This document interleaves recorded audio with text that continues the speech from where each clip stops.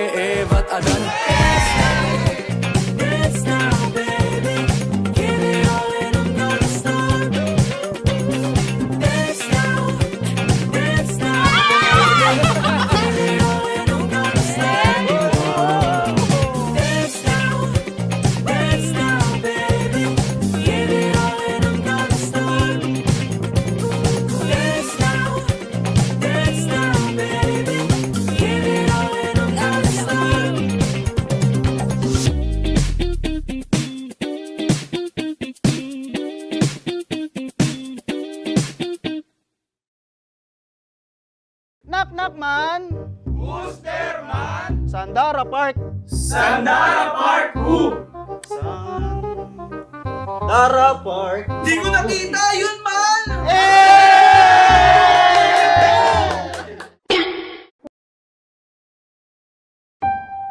God has put the two of you together on the same team to win. And finally, respect, support, and communicate with each other. Be faithful, honest, and true. Love each other with all of your heart. Sa tuwing tinatanong puso ko, saan ba ang handong laging ikaw ang tinuturo? Di man naniniwala sa atin ng karamihan, but we really did became best friends. I get to know the deeper and more authentic version of you na hindi alam ng karamihan. I became your human diary sa lahat ng struggle sa personal life mo.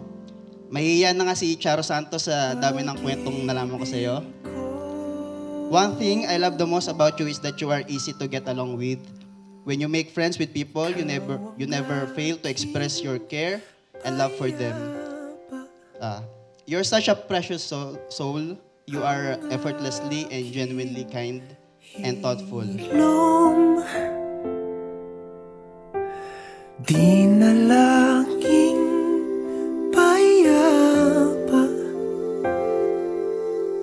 And here we are, sa wakas, sa harap ng Diyos, ng ating mga pamilya at mga kaibigan. I can say now that we're finally getting married. Sayang at wala si Papa or si Daddy ngayon. Pero kung tatanungin nila ako about your family, I would say that I have never felt more blessed to be a part of someone else's home. Your family welcomed me in from day one and never kong na-feel na ako ay outsider. From now on, I promise to walk beside you in all seasons of life. I'll share your pain and your struggles.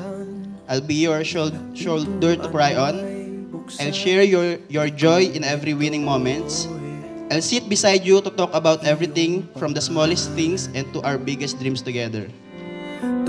Love, thank you for respecting my families and celebrating my occasions with them.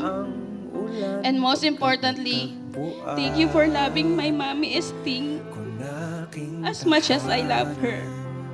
You are a living proof na hindi ako pinabayaan ng Diyos.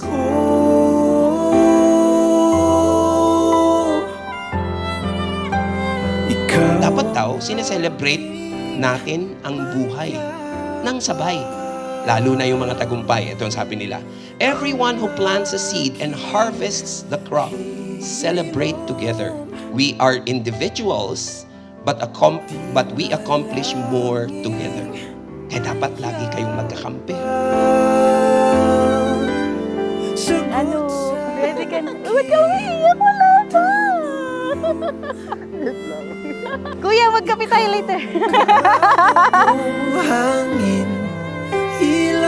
They would like us all to know that they have already been married through a civil ceremony that happened on September 24, 2024.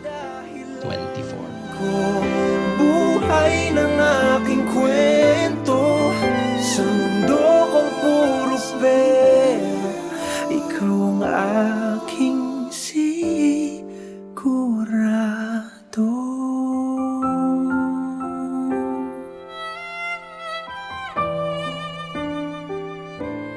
Sigurado.